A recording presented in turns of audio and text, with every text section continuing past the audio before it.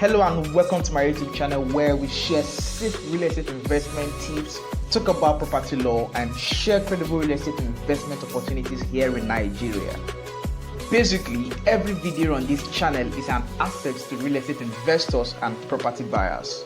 Finally, on this channel, every subscriber is family, a family of millionaire real estate investors.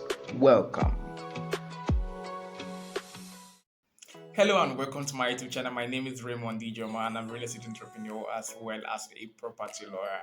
So very quickly today, I'm going to be having a very beautiful conversation with you. It is about how not to save in Nigeria in 2021, or generally how not to save, or the worst way to save right now in Nigeria. The worst way to save right now in Nigeria. I'm going to give you a few statistics before I go in. Before I go deep into the conversation, I'd like to encourage you to subscribe if you have not subscribed. The value on this channel is too much. It's too much. I share credible real estate investment opportunities with you. Share property law tips, property law as it relates to real estate or property transactions here in Nigeria. I also share safe real estate investment tips. Those three things put together are a lot of value and they are all on this channel, all right? And what I want to share with you today is an investment angle to the whole conversation, all right? And please, I encourage you to subscribe, like the video, drop comment, and simply stay in touch. All right, so let's go into the conversation. What are the worst way? What is the worst way to save right now in this country? If your plan is to save, for a particular project, then you really have to watch this video, right? Okay, so first, let's as at some years back, not as much as 4 years or 3 years ago, I'll use a basic, very popular car. A Toyota Corolla was going for somewhere around 1.5 million. In fact, the first time I started thinking of buying a car, at the time I made the inquiry, Corolla was going for somewhere around 1.5 million naira. Whereas at today, if you get a Corolla for 2.5 million naira, man, you are lucky. 2.5 million naira. That's what the Corolla is almost right now.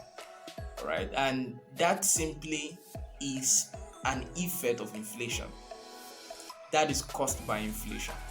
So there are many other factors that you will look at, you consider, and you realize that this price was like this at the point, right now it is like this. We have the Nigerian factor to increase in price, but largely all of these are caused by inflation, from maybe the retail point, or there's always a point that inflation plays a role in making the prices of goods and services to increase. Sometimes they don't even increase, they skyrocket, right? So before you're looking at it for 1 million naira, and the next day you're looking at it for 1.5 million naira. That is what inflation can do for you.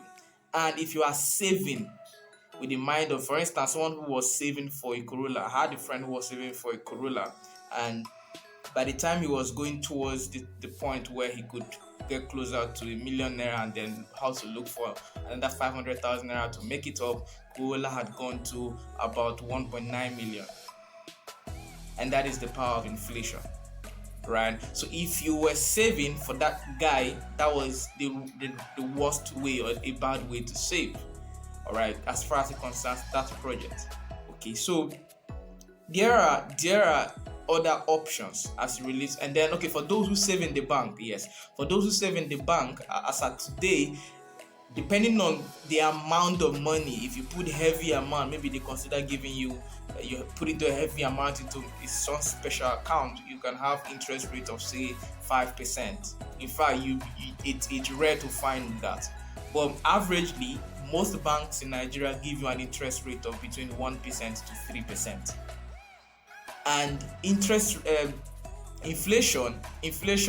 is right now in Nigeria is between 15% to 18%. It's just fluctuating between 15% to 18%. So inflation, look at this critically. Inflation is between 15% and 18%. While interest rate for the money you are saving in a bank is getting just between 1% and 3%. that is a bad way to save. So yes, it's okay to save. It's okay to save that way for short-term projects, but for long-term projects, you really have to reconsider your savings plan or investment plan, because that is not bringing you money. That is making you lose your purchasing power. Because even though you are getting an 1% interest rate coming to your savings in that account, even your fixed deposit, right?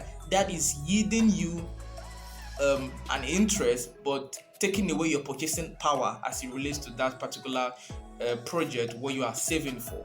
All right. So the summary of this is you should try to focus on investment platforms that can guarantee that your return is somewhat the same with the inflation rate or above it. That is going to be your best way to save right now. You can save for short-term project, but for long-term project, ensure that you look into platforms or systems that can give you returns that are between the inflation rate, the speed of inflation rate, or above inflation rate. Because if you don't do it that way, then you are going to end up losing money. So it's not just enough to be disciplined to save money every month. It's also important that you understand what you are getting at the end of your savings. So that's pretty much what I have for you. Not as a way of endorsing any brand, but there are a couple of fintech companies right now that can give you some interest rate that could match with inflation rates, or not exactly match, but have some form of encouragement that it brings to the table than just saving your money in the bank, right? And then I would encourage you to look critically into real estate and invest in that. I've shared strategies of you giving birth to a child today and buying a 3-plot land or a plot of land for the child, with the hope of selling it when the child is about going to the university, hope of selling when the child is about entering the high school, college, or maybe traveling abroad to study. And when you sell it, with the appreciation rate of land, real estate, depending on the location, the real estate, and part of what makes real estate appreciate incredibly is that this land of size in every part of Nigeria remains the same. The need for shelter constantly remains the same. In fact, it continually increases because of the continuous increase in population. And remember, nobody is checking our population in this country. That is a conversation for another day.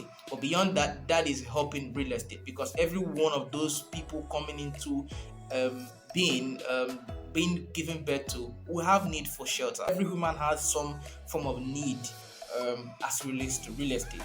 So that positions real estate as a place for investors to cash out big time. All right. So I encourage you. You may want to reach out to the numbers shown right on your screen for us to have further conversations around investing in real estate, because I remember there are so many stories on this channel, but I'll just share one or two with you. Let me just let you know straight up, no need for the stories. Let me one story. A client of mine bought a property for 725,000 naira, and sold it for 2 million naira about 5 months later. 2 million naira as against 725,000 naira. That is a lot of money. That is a lot of returns. That is a guaranteed. That is a skyrocketed. Permit me to use that word. That is a skyrocketed return on investment, right? And yes, it's not. I must say it. I'll let you know. I'm that transparent. I'm that honest. It's not always like that. There are a lot of factors that would lead to that rate of development in that area. So you have to be thoughtful about where you go and buy that kind of property or invest, right? And then you also have to consider security in those regions. A lot of factors to consider, but generally what I need to let you know is that real estate investment, saving towards a project, 3 years, 4 years, 5 years, saving towards your child's education, you could do that in real estate. So the point is don't just tuck your money in the bank with 1% or 2% interest rate. Why not take it into an investment or platforms that would guarantee great return investment. Yet one of the side effects of investing in real estate is the issue of liquidation, but that has been solved largely, right? So it is just about who you get in touch to or how you go about your liquidation process. But basically, real estate provides you one of the best and the greatest returns on investment as far as investment goes in the whole wide world. Alright, thank you so much for watching. I hope you enjoyed the video, and I hope you now know how best to save your money, considering the rates, certain statistics. You have to have that at the back of your mind when saving or when investing for a particular project. Again, my name is Raymond Dijama, and I'm a real estate entrepreneur as well as a property lawyer.